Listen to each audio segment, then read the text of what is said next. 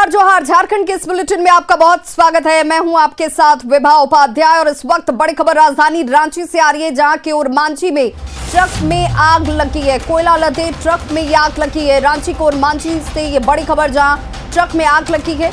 कोयला लदे ट्रक में आग लगने की जानकारी बिरसा जैविक उद्यान के पास की ये घटना है। मगध से रामगढ़ गोला जा रहा था ये ट्रक, जिस दौरान शॉर्ट सर्किट से आग लगने की आशंका जाहिर की जा रही है। एक्सक्लूसिव तस्वीरें इस वक्त आपके टीवी स्क्रीन पर, जहां पर धू धू कर ये पूरा ट्रक जो है वो आग के गोले में तब्दील हो जाता है। कोयला लदा हुआ ये ट्रक, जिसमें शॉर्ट सर्किट की वजह से आग लगने की आशंका जाहिर की जा रही है। मगध से रामगढ़ गोला जा रहा था ये ट्रक और अचानक शॉर्ट सर्किट की वजह से आग लगने की बात जब सामने आ रही है, बताया जा रहा है कि इस ट्रक में कोयला लदा हुआ था। रांची के ओरमांझी में ट्रक में आग लगी, जिसकी एक्सक्लूसिव तस्वीरें इस वक्त आप अपने टीवी स्क्रीन पर देख पा रहे हैं।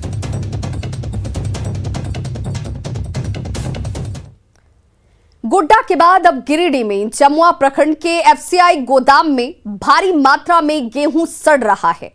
इसके अलावा यहां पर रखा सैकड़ों बोरा नमक और चीनी भी बर्बाद हो रहा है और इसकी वजह है वितरण में लापरवाही, जिस पर राज्य खाद्य आयोग के अध्यक्ष ने कार्रवाई के निर्देश दिए हैं।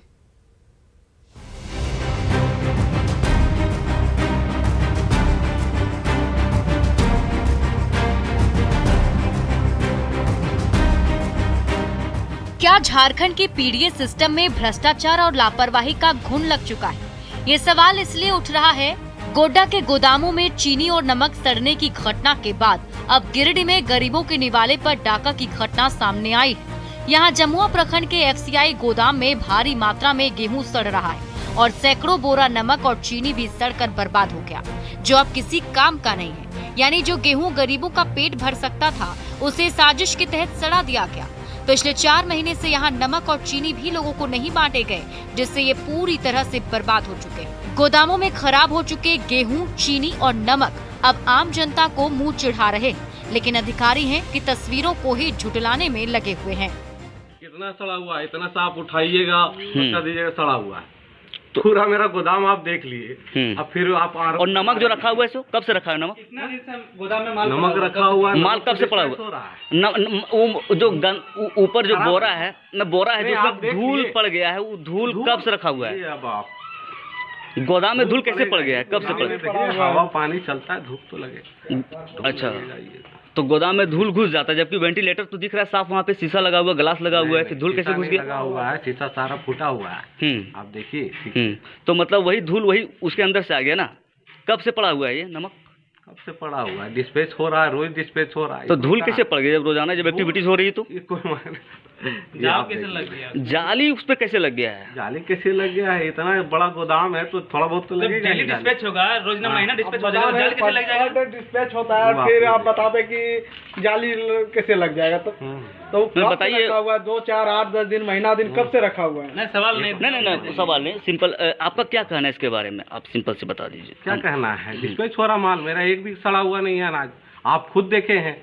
गैर जिम्मेदार और बेपरवाह अधिकारियों का रवैया ऐसा है कि लाभुकों की लाख शिकायत के बाद भी भ्रष्ट पीडीएस डीलर और अधिकारियों पर कोई कार्रवाई नहीं हो रही और गरीबों का निवाला गोदाम में ही गोबर हो जा रहा है, जिसे झारखंड राज्य खाद्य आयोग के अध्यक्ष ने गंभीरता से लिया है। जिलों का दौरा कर एनएफएसए के तहत चल रही योजनाओं की हकीकत जान रहे हैं और जहाँ भी कमियां मिल रही है उसे दुरुस्त करने के निर्देश दे रहे हैं। देवघर में दौरे के बाद राज्य खाद्य आयोग के अध्यक्ष ने दोषी डीलरों पर सख्त कार्रवाई के निर्देश दिए और व्यवस्था को दुरुस्त करने का अल्टीमेटम भी दिया। उन्हें आवश्यक निर्देश दिए। प्रमुख निर्देश मैंने ये दिए हैं कि पंचायत स्तर से लेकर जिला मुख्यालय स्तर तक एनएफएसए के तहत जितनी योजनाएं आती हैं, मूलतः जाहिर है जब तक विभाग की ओर से कड़ी कार्रवाई का हंटर नहीं चलेगा, लापरवाह और भ्रष्ट अधिकारी ऐसे ही गरीबों का हक मारते रहेंगे। लेकिन दोषी डीलरों पर कार्रवाई से पहले हिमांशु शेखर चौधरी ने ये भी सुनिश्चित करने का निर्देश दिया है कि कार्रवाई से पहले लाभुकों को अनाज देने की वैकल्पिक व्यवस्था की जाए। न्यूज़ 18 के लिए गिरिडीह से एजाज अहमद और देवघर से मनीष दुबे की रिपोर्ट।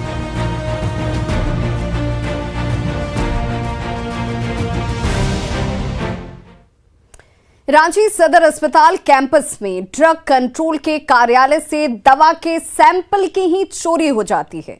इस चोरी से हड़कंप मच चुका है। चोर न सिर्फ सैंपल ले गए बल्कि हार्ड डिस्क और कुछ दस्तावेज भी अपने साथ ले गए, जिससे मामला गहरा गया है। घटना की शिकायत के बाद पुलिस ने पूरे मामले की पड़ताल शुरू कर दी है।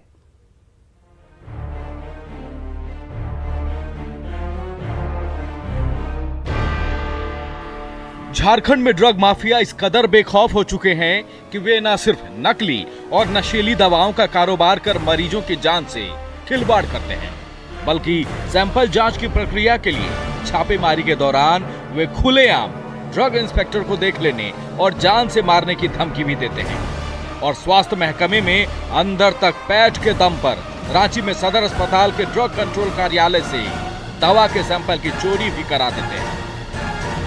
के तौर पे सैंपल लिया था और सैंपल के एक पार्ट हमने भेजा जा चुका है और 2 पार्ट हमारे ऑफिस में रखी हुई थी। उसमें 2 बैच नंबर की चोरी चली गई।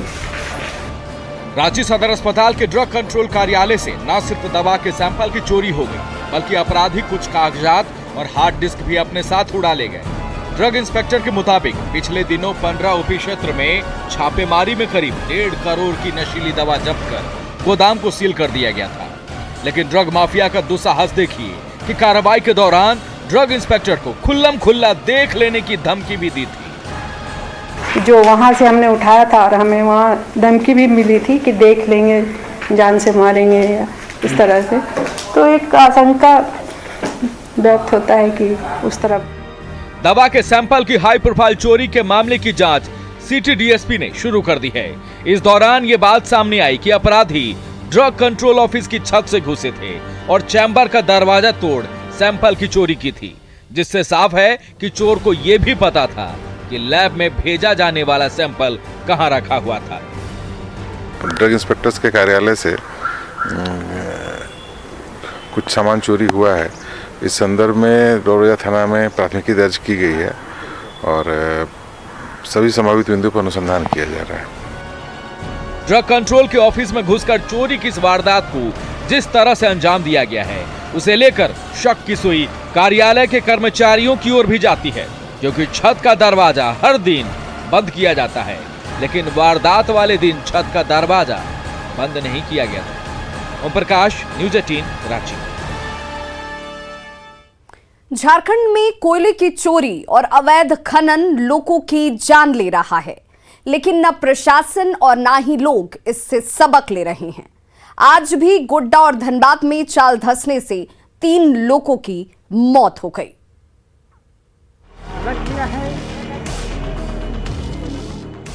झारखंड में कोयले की चोरी और अवैध खनन कोई नई बात नहीं है और इस चक्कर में कई बार लोग हादसे का शिकार होकर जान गंवा चुके हैं।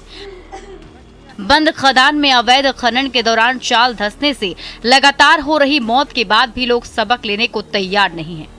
ताजा मामला गोड्डा के ईसीएल कोलफील्ड ललमटिया का है, जहां कोयला चुनने के दौरान पत्थर गिरने से 2 लोगों की मौत हो गई, जिसमें एक महिला भी शामिल है, जबकि इस हादसे में एक महिला घायल है। ये लोग ईसीएल कोलफील्ड में कोयला चुनने गए थे।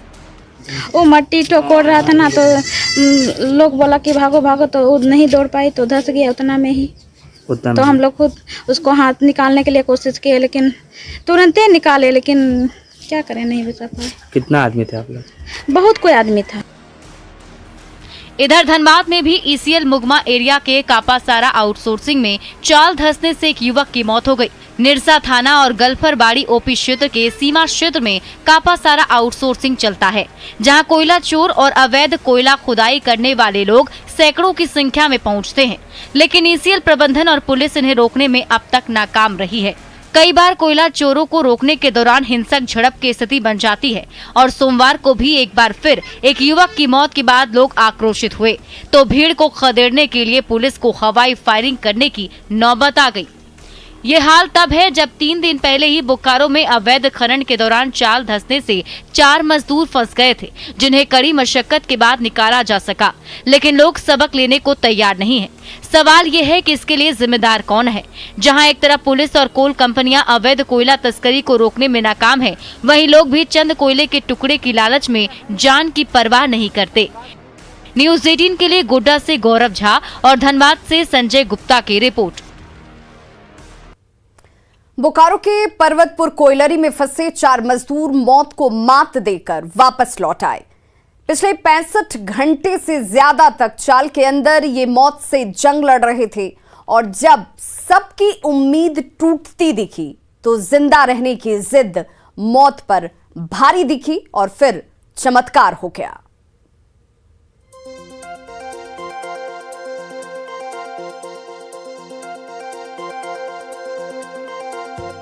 जी हां, इन तस्वीरों में आज जिन 4 लोगों को गांव के लोगों से घेरे देख रहे हैं, ये कोई मामूली आदमी नहीं, ये वो हैं जिन्होंने मौत को मात दी है। 65 घंटे तक ये मौत से जंग लड़ते रहे और फिर मौत को हराकर जिंदगी की जंग जीत गए। बोकारो के पर्वतपुर कोयलरी में चाल धंसने के बाद 4 मजदूर पिछले 65 घंटे से फंसे हुए थे।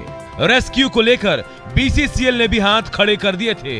एनडीआरएफ को बुलाया गया था और आज से रेस्क्यू शुरू होने वाला था, लेकिन परिवार वाले इनके जिंदा बाहर आने की उम्मीद छोड़ चुके थे। लेकिन इसी बीच तड़के आज करीब 4 बजे ये चारों अपने दम पर चाल से पत्थर हटाते हटाते बाहर आ गए। अब लोग इसे चमत्कार मान रहे हैं। हम लोग निकलना नहीं सका।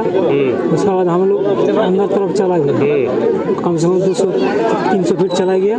उसके बाद पूरा गिरने लगा। तो हम लोग क्या किए सर, हम लोग ऐसे चट्टान ऐसे करके हम लोग चल गए उधर।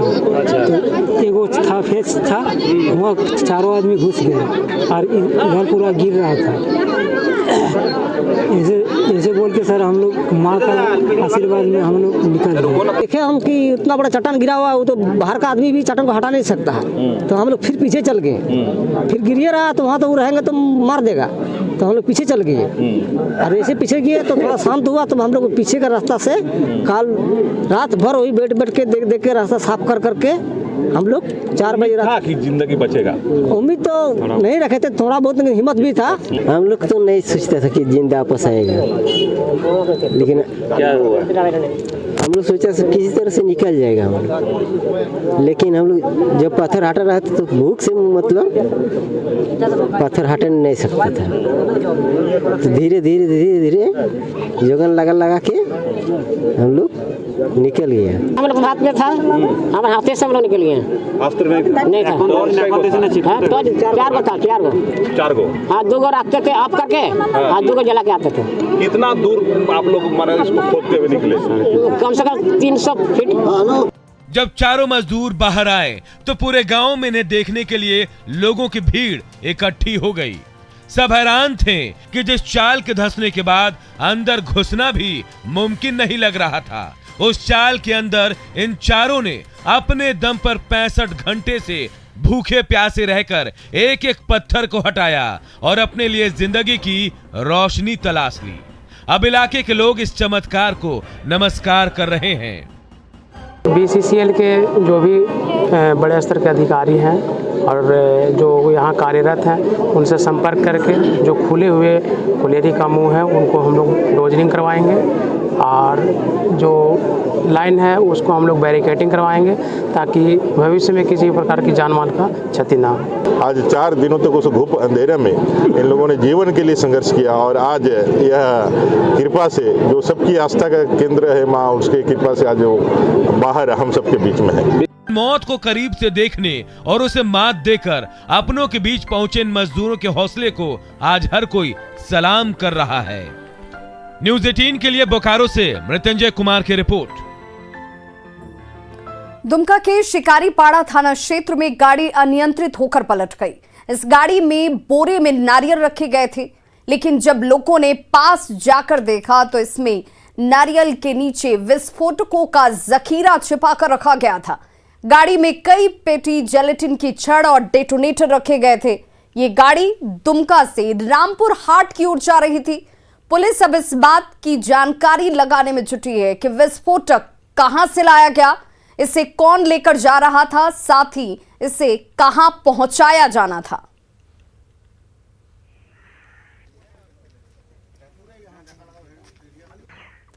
शीतकालीन सत्र के पहले दिन तीनों कृषि कानून को वापस ले लिया गया है। इस पर बीजेपी विधायक दल के नेता बाबूलाल मरांडी का कहना है कि वर्तमान केंद्र सरकार सबका साथ सबका विकास के कॉन्सेप्ट को लेकर चलती है।